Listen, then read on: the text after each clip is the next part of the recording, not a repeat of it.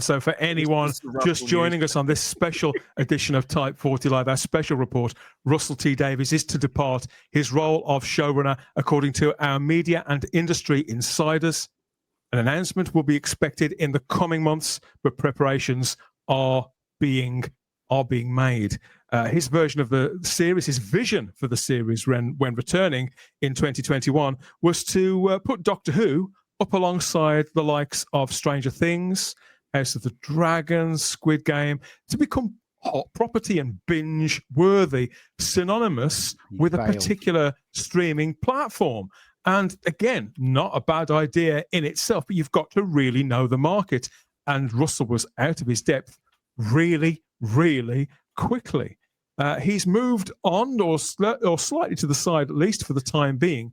His next production is called Tiptoe for Channel 4, which is another kind of human interest drama focusing around gay issues.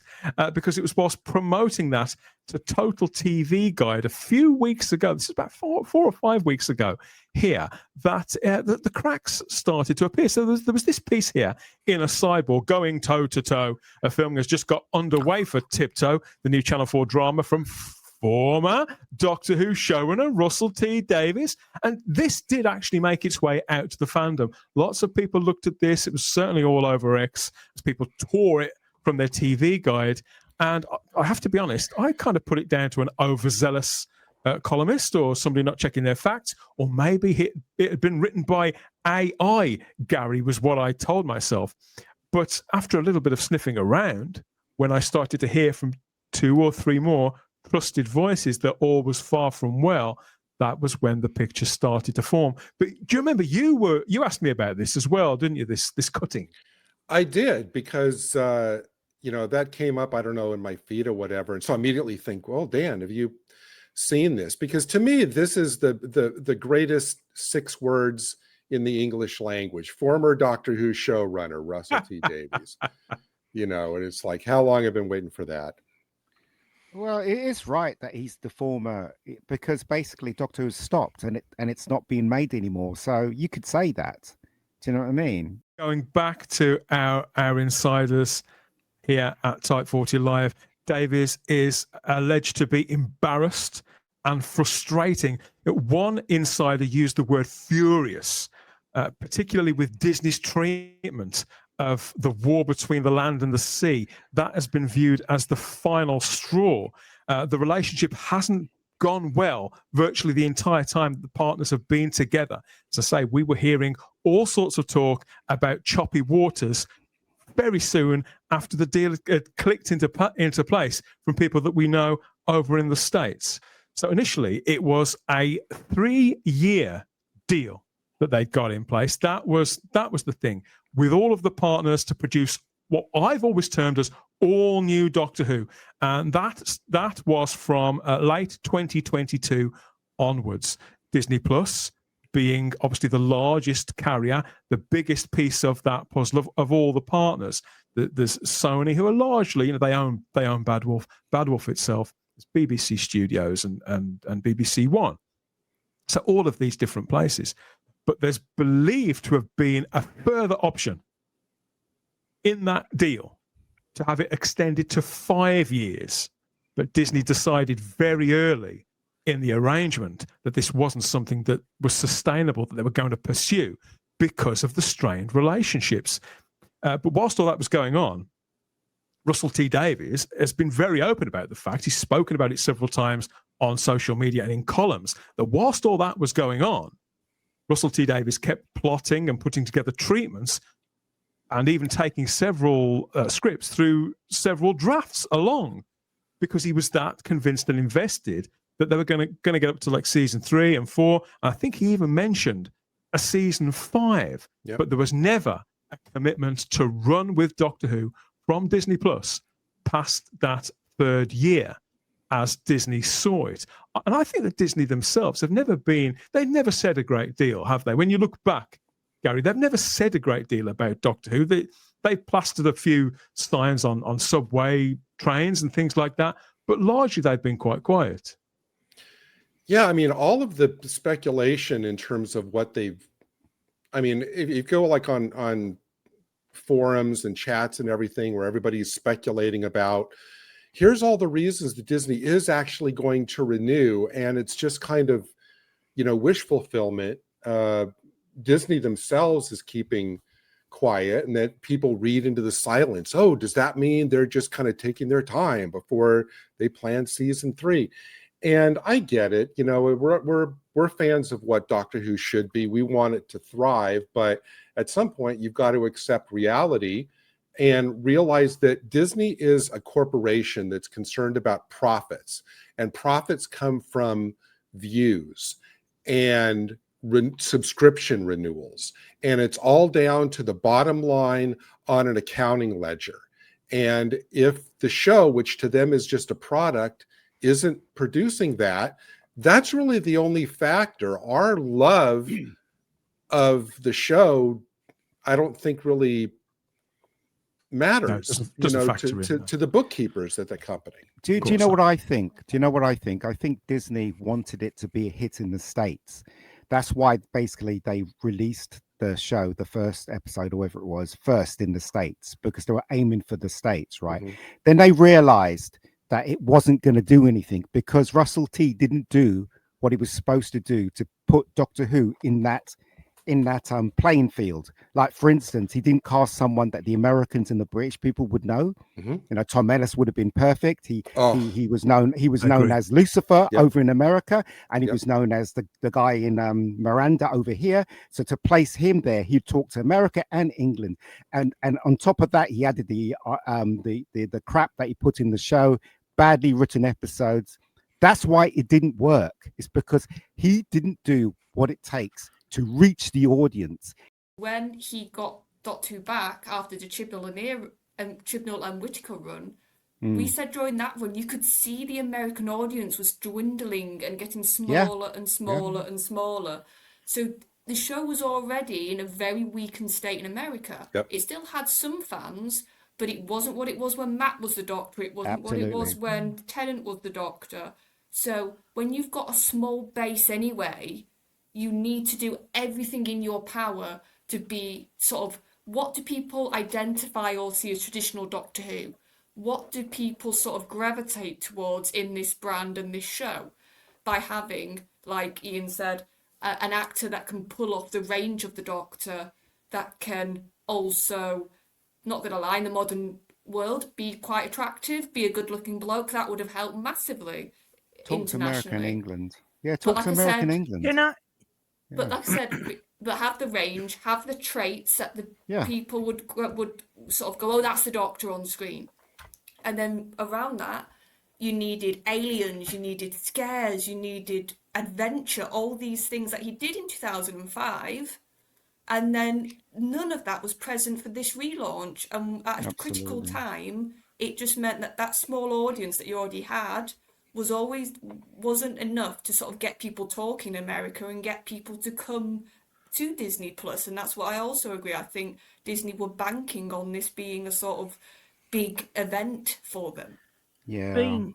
Being an outsider too from the UK, and being, Australian, and how Doctor Who is treated in Australia. A lot of people have fond memories of Doctor Who.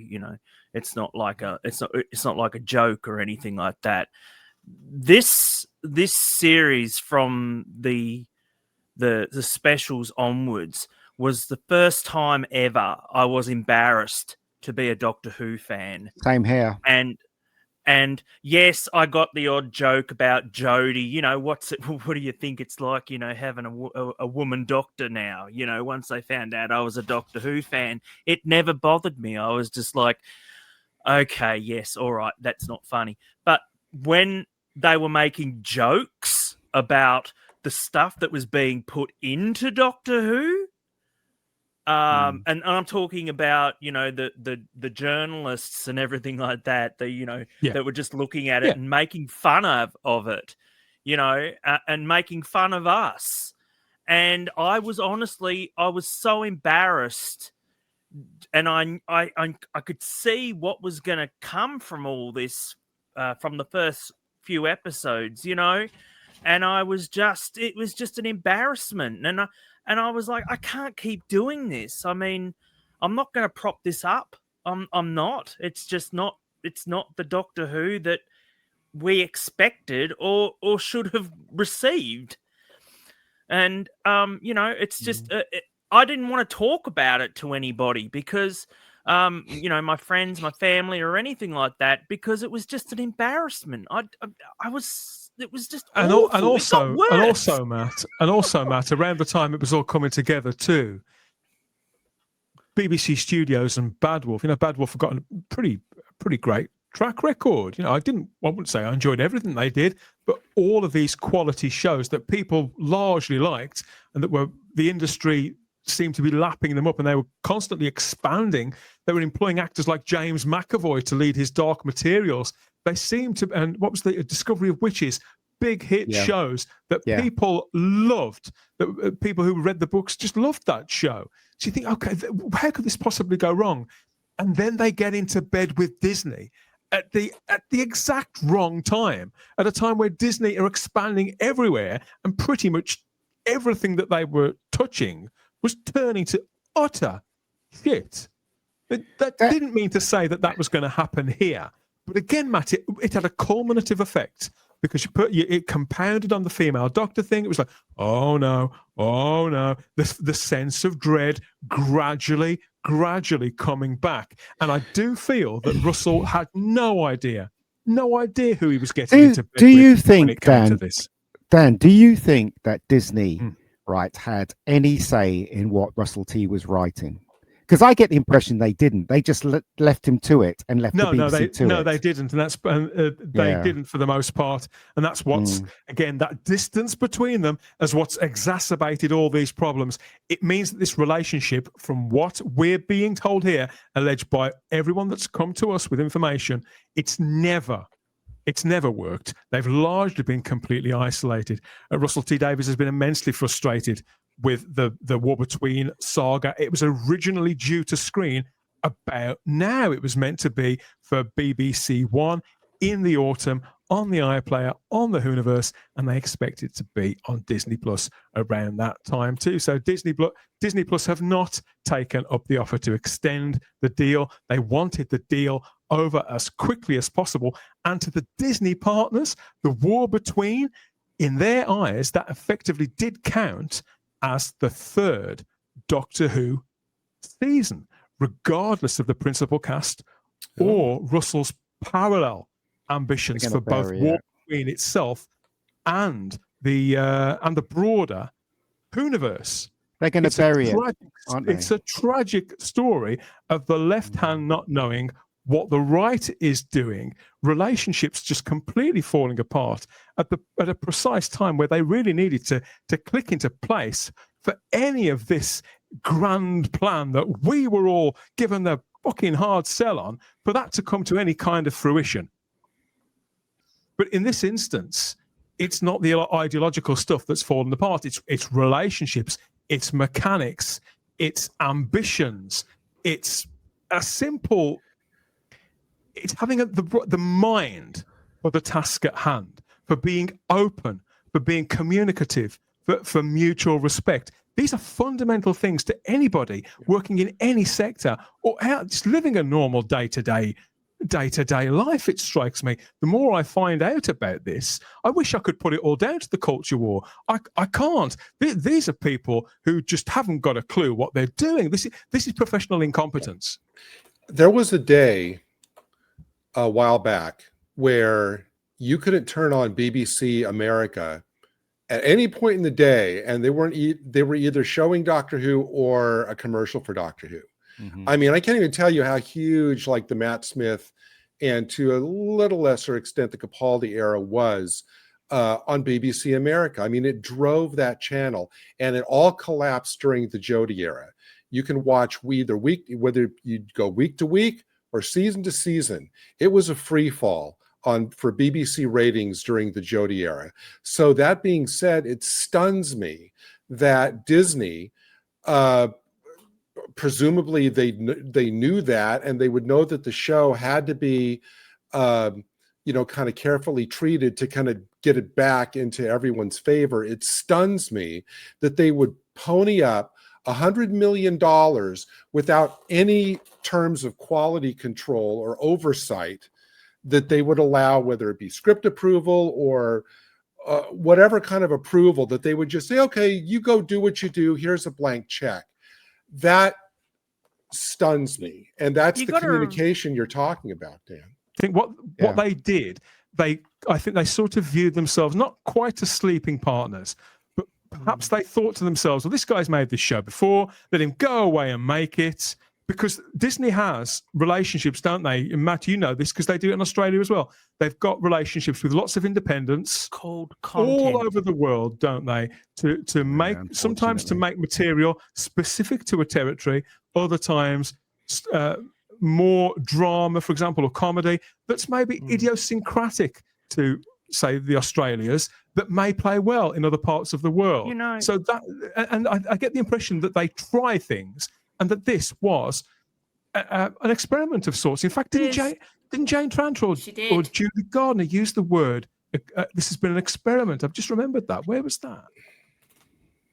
I don't know when, but one of them said it in, like, I think it was a press event. I think it was an experiment to some, but not to others. I think to Russell, this was absolutely everything, and this was his legacy. We have a thing here in Australia where any channel or like broadcast channel or network or even streaming service has to have a certain percentage created and made in that country Australia. of origin. I don't know how that goes in the UK. It's the same. Whatever, it's the same. but, it's the same. Okay. Well, there you BBC go. used to have you know that more to than me, some but no, Channel 4 has it, and I don't know whether they still have it, and Channel 5 has it as well. So I think it's like 75% has to be made in the country about the people in different regions and stuff like that. I think. I'm also mentioning about Netflix. All those streaming, Prime, they all have to. Here they have to. It is a thing. Yes. So Prime have to have a certain amount. Disney, if Disney comes here, they have to produce. They did the Artful Dodgers series here and all that sort of stuff. But it only But my point is that they only last one season. Yeah. That's it. Oh, okay. Because they've created the content that is required for our country. So whether or not they're looking at Disney is going, okay, we'll make a certain amount for produced in the UK, and then therefore we just give them the money and let them produce it, and we can use that as well for our own content. Gotcha. That's what I'm getting at. It's when RTD. I think there's a business model there. When RTD made that comment during an interview that nobody tells me no, that to me is the reddest of all red flags anywhere. I don't care whether you're an ideological extremist like he is, or you're the most competent, successful producer in the world. That is a horrible way to run a production. You've got to have people that everybody's answerable to. You've got to have, especially if you're, the writer, you've got to have multiple voices, multiple heads or whatever. And for him to basically, coronate himself and crow about, oh, well, I'm the king, my word is the only word. And it goes, that right there is a recipe for disaster. Yeah, and we've said this before. The difference in 2005 is he was a hungry writer. He hadn't had these massive big hits. He didn't have the acclaim. He didn't have the name. So he had a lot of more people he had to answer to in 2005. He has spoken about this. There were things he wanted to do. There were story beats and certain things he wanted to include. And the higher ups at the BBC basically told him no. But I've always said this, a writer needs some constraint. A writer needs some checks and balances. You can't have somebody having nobody that sort of, no, I'll have a look at that script and maybe let's change it a bit or maybe tweak this. You need that process to create good quality TV or film or any sort of media. And here, so many times when we were watching it, and then you saw outside, not just even the watching, some of the press stuff that went out around the show, some of the decisions to put it on midnight on iPlayer, and that was clearly a Disney. They were aimed for America. Yeah. Again, that was a They were aimed Disney. for America. Yeah, Yeah, so That was a that's Disney thing, and that was a bone of contention as well between the partners. Again, according to people that have spoken to Type 40. Yeah, and that's what I'm saying. You could see, in some ways, he had no checks no checks and balances. He had all this control. He could do whatever he wanted. So the quality of the script suffered massively because of that. But then in other instances, you could see he was actually having to answer to these big partners that were now involved. And in those ways, it was actually really damaging some of the rollout. So it was this weird mixture of stuff going on. You could see, to turn it back to this point of the Disney partnership, he was sort of being pulled in some ways to stuff he didn't want to do, but then he could do whatever he wanted. And that was just not good. It feels like, and Dan probably knows more than me, it just feels like Disney didn't really care about Doctor Who. They took a chance on it, and they were hoping that Russell T would write something that will talk to America.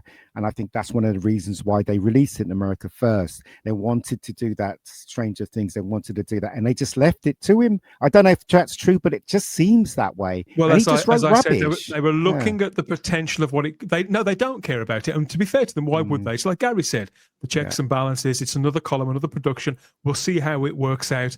We will revise our investment. We'll either dial it up or dial it down, or leave the table completely, depending on whatever results, whatever outcomes they wish to have reached by a particular point. This is where the frustrations really did kick in relation. It's one thing to be doing that with Doctor Who. That's bad enough, but there were a lot of high ambitions for the War Between the Land and the Sea, shall we say? Russell T Davies is very, very proud of this, and so is everybody that's involved with it. All the reports I hear from people who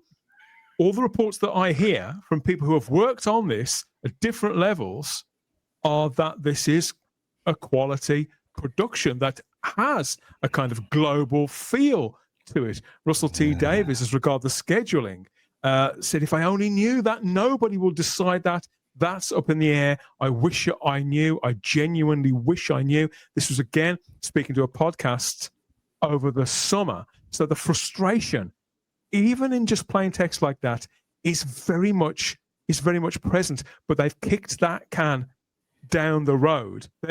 This is Disney. To them, as part of this deal, the War Between the Land and the Sea is the balance of the deal. It is effectively a third year's worth of content. They're not prepared to accommodate an extra slot in their schedule, because they break down their schedules, don't they, for every quarter of the year, I think, or maybe even every third, different phases of the calendar year. So they weren't prepared to put it anywhere else, regardless of where the BBC wanted to put it. So the scheduling of this, and therefore the production of anything else, and the official end to the deal between them, which is all but over, except on paper. Nothing else is going to be produced. The deal is actually over, but it can't be a clean break until the final material is aired. And because Disney Plus are determined to put this later on, they aren't willing to find another slot other than any slot that they had in mind for that third season of Doctor Who, which, and this is just me editorializing now, that they imagined that they were going to get, starring Ncuti Gatwa. This entire cock-up clearly cost Russell his leading man in the first place and caused all manner of problems there. Ncuti Gatwa's representation, as we've spoken about before, again, according to our insiders, his representation had no option but to buy the actor out of his contract early so that he could pursue other offers because of all that time that had been freed up when he believed he was going to be making a third season. You remember when he went on the Graham Norton show last year? He'd got it booked in his diary. he needed to be freed up to fill that gap in his schedule with other work, so that his representation could get their cut. An actor is a business like any other. So all of this had this culminative effect. But do you think to the point where nothing could get made? Well, what I'm saying is, do you think the reason why is because they've seen what Russell T had done to Doctor Who, and now they're sort of like just no, you don't think it's that? All of this is backed up mismanagement. That's what this entire report is about. It's mismanagement. It's backed up mismanagement between a number of different studios. That's why I said at the very top, too many cooks spoiling the broth. This is mismanagement on every single level, which is all compounded on top of each other to create an absolute shit show whereby a lead actor leaves. You've got one company believing one thing, another being believing something else completely. The body of the content, it's not inconsequential, of course it isn't, but this would have happened anyway. As I said, we were hearing reports of all of this, of things not going well at all. I think Wild Blue Yonder had just been screened when we started here, really early in the equation. So again, I'm not saying that all of that isn't important, but it's a parallel thing. This isn't about the ideology. This isn't about wokeism. This isn't about wokeism. This is about incompetence. Gary, are you following what I'm saying here? Yeah, really quick. I'll be quick because I want to hear what Matt's going to say. But so are you saying that because they de facto considered, I call it the fish show, the third season, that they don't feel any pressure to air it until like the same time of year that they aired seasons 1 and 2? The third component of their deal, yeah, the third year in effect. I mean, I couldn't possibly say as to what they thought, how much they'd looked at paper. Well, I would have thought that scripts would have had different. I don't know, but certainly in their head, to accommodate one block of content from this deal per year was all they were prepared to. I'm confused, right? So what you're saying is that it's the incompetence of the organization of Disney, Bad Wolf, and the BBC. So is this a fact, Dan? Or is this an assumption? Like I've said the entire time I've been talking, this is according to our insiders in the industry and in the media. Right. Okay.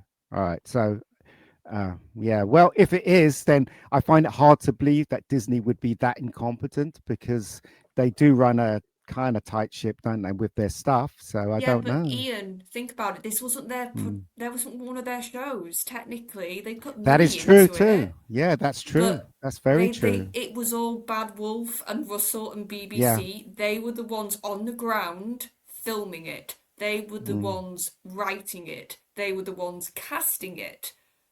If all of those things are sort of going separate from them, and they're sort of this like high in the sky almost person up here and everything's down here, when I'm thinking about scheduling and how they talk, and that's what Dan's talking about, it's this idea of having all these different things going at once, but none of them working together.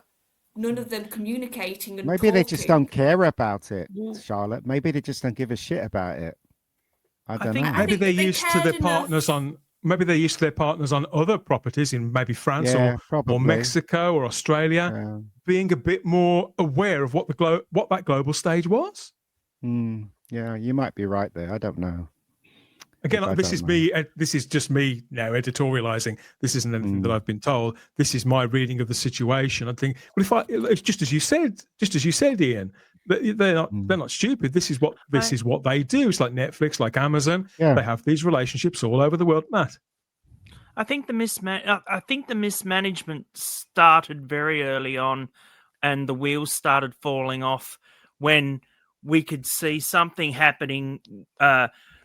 Very like from the first series, Millie leaving, all that sort of thing. Prime example.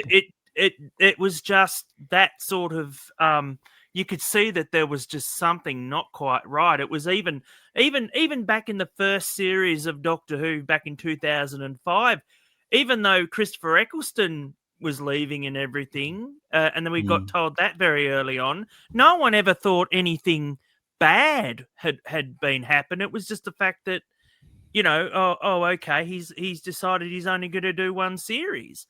But whereas because we've already been bitten once, everything that's happened ever since then, whenever anything is announced or not announced, I should say, and is leaked to the papers or whatever, we're going, what the hell is going on there? What are they thinking when they're doing this sort of? Also, Matt, who hires an actor to lead any big drama, but never mind something with the potential reach and revenue of Doctor Who? Who hires an actor who has still got another 4 months left to shoot on his previous job and try and get him to balance the two? Now, apparently Sex Education season 4 did overrun, but there was an overlap anyway before they started. They knew it was tight. Was this really a chance worth taking for this guy? Really? Yeah. I'd argue that it wasn't. Sorry, and also you've got to think, according to Russell, and I'll say it in those words precisely, Shooty was the last one in the audition room. Mm-hmm. Shooty apparently stole it in like the last day, and they've had lots, and they'd had other auditions before, and there was even rumblings, and I don't know if even Russell had said something to this effect. Correct me if I'm wrong, chat or you guys, that there was somebody else in mind for the role. Yeah, there was, and that Shooty basically snatched it. I think Bollocks. Russell said this in an interview, but even if you, like I said, you said before, Russell does tell lies very easily, but even if you think about the process here, you're telling me there wasn't any other good auditions than Shooty, that you could have gone, well, there's other people who have just given good auditions, or even better possibly, but we're going to go with the guy that's not available.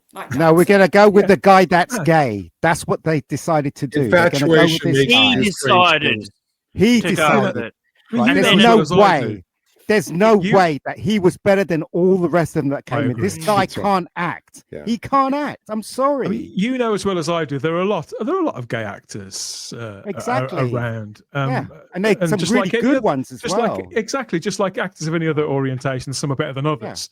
Yeah. But I don't know. Again, I've only ever seen Shooty play Doctor Who. I've never seen Sex Education. And after this, I don't plan on watching Sex Education. Let's put it this way. Well, one other thing, Dan, if I'm processing what I'm hearing you say correctly, is that it seems like the terminology also added to the confusion, and by that I mean the War Between the Land and Sea was always cast as a spin-off, even though it was part of the 26 episodes that made up the Disney order.